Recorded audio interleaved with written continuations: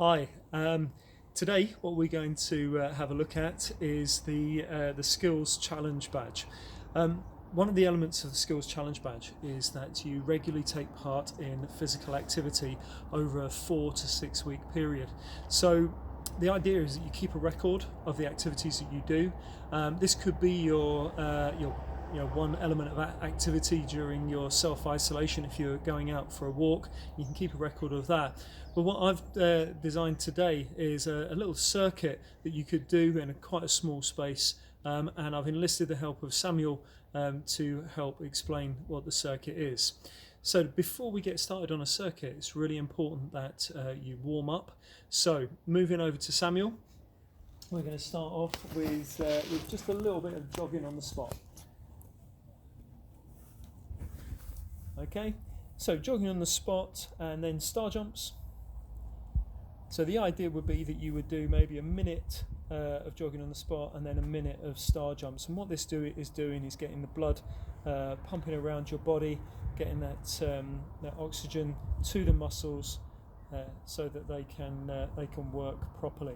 Now, once you've done a little bit of the cardiovascular side of the warm-up, it's important that you then do some stretches. So Sam's going to demonstrate some stretches that you can do. So that stretch going across the body there is just working your triceps and your deltoids, that's your shoulders. Another one for the triceps there, but it's also working a bit of your upper back as well, and just stretching out those muscles. Okay, and then he'll move on to legs. So this one's for the big muscles at the front of your legs, that's your quadriceps.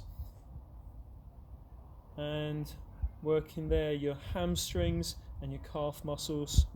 And again, you'd hold each of these for maybe 15-20 seconds. Sam's just demonstrating. On that one, try and keep your knees close together. That's it. And then stretch out again. Bringing the toe up on that here. That's it. Excellent. Okay, so like I said, you'd hold those stretches for maybe 15 or 20 minutes. And then we'll go into the actual circuit itself. Now, the idea behind this is that you would do 30 seconds really of each activity, or a set number, and then move on to the next one, and then do that whole sequence a number of times. So we're going to start off with our first activity, which is mountain climbers. So this is one of Samuel's favourite ones. It's kind of in a press-up position, and then go. So this is really working your legs, but it's also working your stomach muscles or your abdominals. Okay, just driving those legs up, bringing them up to about 90 degrees to the rest of your body. Excellent, thanks, Sam. Okay, as Sam does his lace up, move to the next one. So we've been working legs and abdominals there. The next one is going to be a press up. Okay, so normal press up to start with. Okay, straight down, straight up, nice straight back there. Your back all the way down to your legs should be in a line. Excellent. If you wanted to make it a little bit harder, what you could do is bring your hands in closer. It just works a slightly different area of the muscle as well.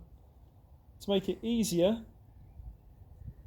just going down onto your knees, just using your upper body to give you that bit of resistance. Fantastic. So then we're going to move on to burpees. Okay, so this is a bit more of a movement one. Probably not a great idea to be doing upstairs in your bedroom. You might come through the ceiling, but we start in the press-up position for a burpee. And go.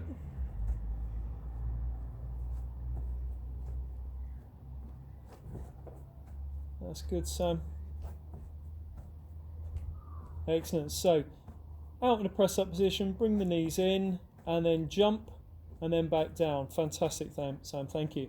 So the next one's actually very different in terms of it's very static. Okay, so this is one called the plank. So Sam will demonstrate the position you need to be in for the plank. So you can see the forearms are at 90 degrees. And you're just holding that position there for 30 seconds at a time.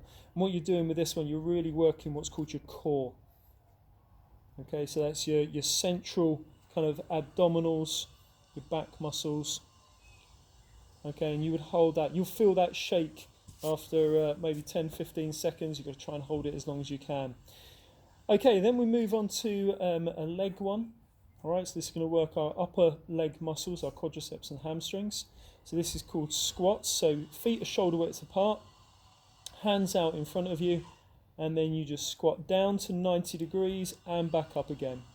Squat down to 90 degrees. So you're trying to keep your back nice and straight. Yeah, head nice and straight as well. Brilliant, Sam. Okay, moving on to sit-ups. Okay, so sit-ups. Excellent. Now, if you've got somebody who can help you with this, they can just hold your feet for you. Sam's going to do it without anyone holding. You don't have to go all the way back. You don't want to bang your head on the floor at all. Sam will demonstrate a good sit-up. Excellent. So notice that his fingers are not interlocked behind his neck. That's really important. They're just touching his temples or the side of his Boy Scouts of America cap. Okay, if you want to make it a little bit harder, you can twist your body as you come up. So you can twist one way on the first one and twist the other way on the other one. That's just again working a slightly different area of the abdominals. Thanks, Sam. Okay, the next one is dips. Okay, so this is working a part of your arm called your triceps. Okay, so Sam's sitting on the bench to start with, fingers facing forwards. What he's going to do is he's going to move his body weight forwards, moving his legs so they're out nice and straight. And then just using his arms, he's going to lower his body down and back up again. And down and up again, keeping everything else nice and stable. Now, if you haven't got a bench at home, maybe you could do it on the stairs. Maybe you could do it on a chair with somebody holding it. Always make sure that you're not going to slip and injure yourselves.